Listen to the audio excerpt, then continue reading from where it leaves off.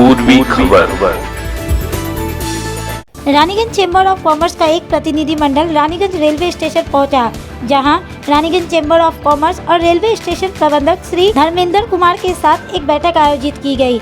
आपको बता दें कि इस बैठक में बहुमूल्य इनपुट स्टेशन की सुविधा और सीमाओं को लेकर चर्चा की गई।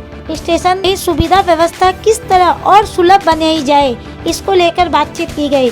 स्टेशन प्रबंधक श्री धर्मेंद्र कुमार ने हमारे संवाददाता के माध्यम से बताया कि सबसे पहले तो मैं रानीगंज चैम्बर ऑफ कॉमर्स का तहे दिल से शुक्रिया अदा करता हूं। एक बहुत ही अच्छे माहौल में मेरे साथ जो इंटरेक्शन हुआ, और रानीगंज स्टेशन तो मैं अभी रिसेंटली ही ज्वाइन किया हूं, लेकिन पिछले जो भी 20 दिन 25 दिन हुए हैं, मैंने कुछ समस्याएं, मूलभूत समस्याएं हैं रानीगंज स्टेशन के, जिसको मैंने देखा और उसे सॉर्ट आउट करने की तरफ में मैं अपना कदम बढ़ाया हूं। जैसे कि मानसून सीजन में जो हमारे टाउन की सीवरेज वाटर है वो स्टेशन प्रीमिसेस में आते हैं, जिससे स्टेशन काफ़ी गंदे हो जाते हैं, अनहाइजेनिक हो जाते हैं, और ये पैसेंजर सेफ्टी के लिए भी अच्छा नहीं है। ट्रेन इससे हमारी डिले हो जाती है। तो इस पर एक काम चल रहा है, बहुत जल्दी इस समस्या से निराकरण होगा।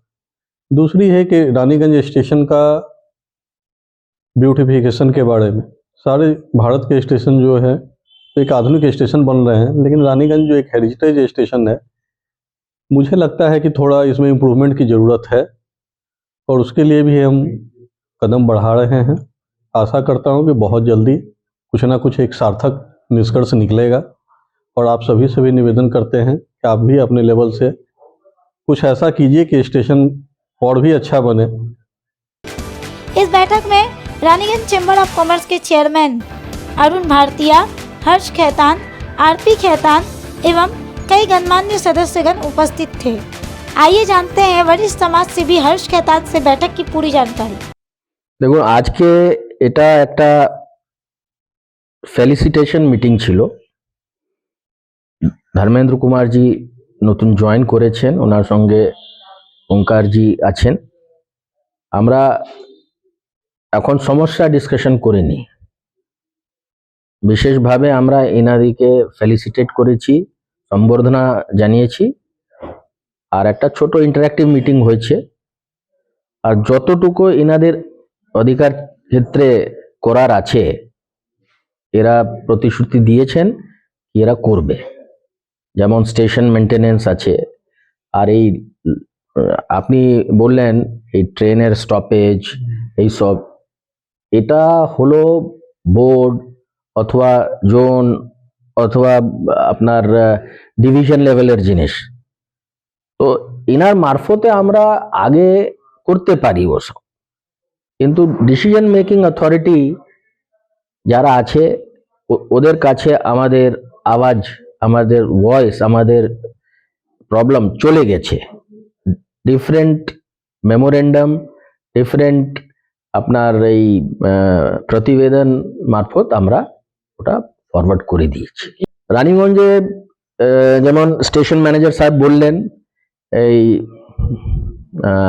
ওয়াটার লগিং এর একটা প্রবলেম যেটা ছিল ডিউরিং রেনি সিজন, ওটা ইনি টেক আপ করেছেন। একটা আপনার গুড শেডে প্রবলেম মনে হচ্ছে, ওটা ইনি টেক আপ বলেছেন, খুব শীঘ্রই ওটা টেক আপ হয়ে যাবে। লিফটের সমস্যা ছিল, লিফট ইনি এনার আসার পর ইনি আশ্বাসন দিয়েছেন কি 3 মাসে ওটা চালু হয়ে যাবে। অ্যান্ড তারপরে আপনার ওই সাউথ এন্ড না স্যার, ও সাউথ সাইডে একটা কাউন্টার ইনি দিয়েছেন ফর সেল অফ টিকিটস।